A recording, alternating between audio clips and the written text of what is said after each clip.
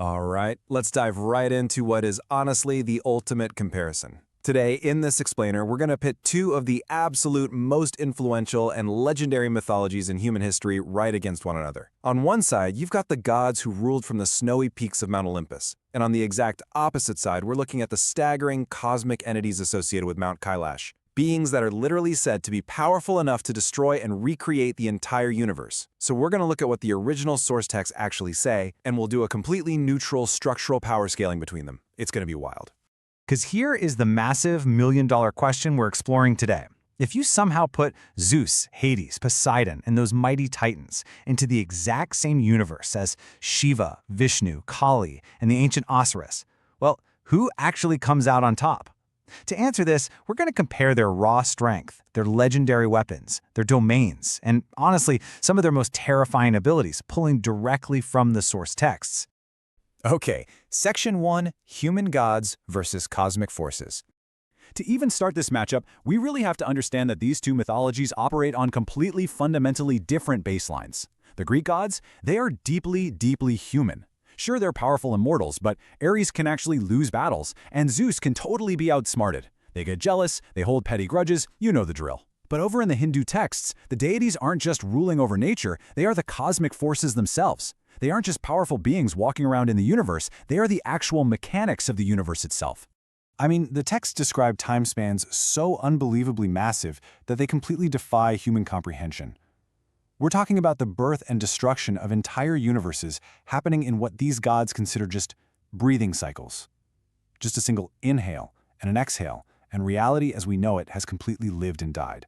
That right there really gives us our starting point for the sheer, mind-boggling scale of the Hindu texts.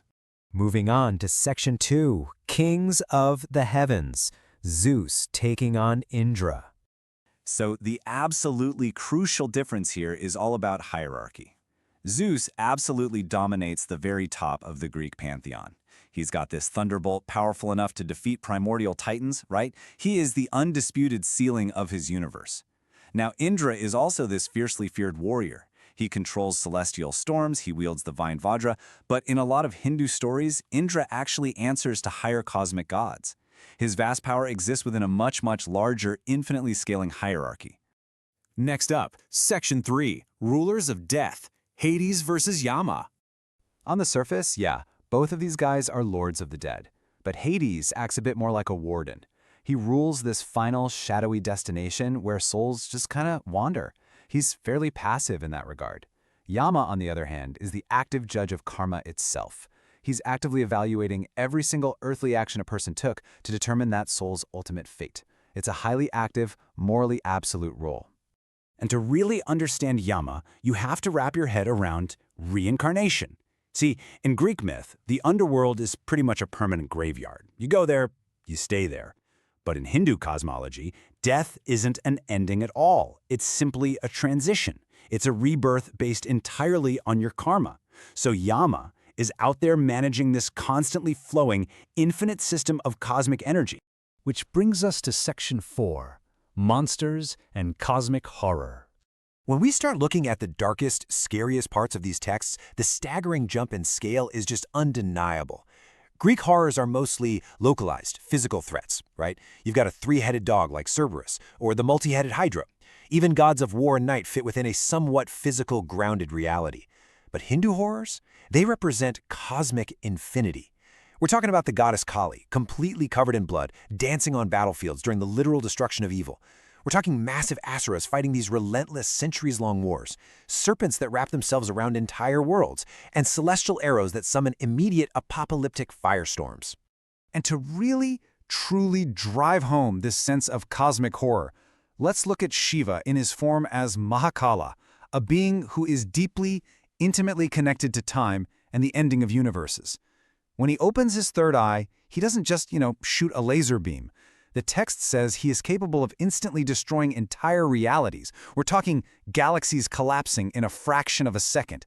It's a scale of destruction that is almost impossible for the human mind to even grasp. Finally, Section 5, the ultimate power question. So, having looked at the kings, the lords of the dead, and the world-ending monsters, who actually wins this matchup? Well, it depends entirely on your definition of power. If you define it by cultural storytelling, distinct personalities, and relatable human drama, then Greek mythology absolutely dominates. Their gods are essentially magnified, deeply tragic versions of ourselves. But if you define power as raw, unbridled universal scale, Hindu mythology goes much, much further because it represents the literal concepts of time, preservation, and infinity. Ultimately, Greek myth has survived for thousands of years because it asks a deeply, profoundly human question. What happens when gods act like humans? Like, what actually happens when ultimate immortal power meets relatable, petty, tragic human flaws? And the result, as we know, is epic, unforgettable drama. But in direct contrast to that, Hindu myths are exploring something entirely different. They ask, what happens when gods become the universe itself? It leaves us with this incredible sense of awe, showing us exactly how unimaginably small we are in the face of unending cosmic cycles. Both of these incredible ancient civilizations were simply trying to understand the massive forces that exist far, far beyond humanity. Whether it was the booming thunder of Olympus or the cosmic dance of Shiva, they built these breathtaking worlds to make sense of the universe. So having seen the human drama of the Greeks and the terrifying cosmic infinity of the Hindus, I want to leave you with one final question to ponder. If you had to pack up all your things and live in one of these mythology universes right now, which one would you actually choose?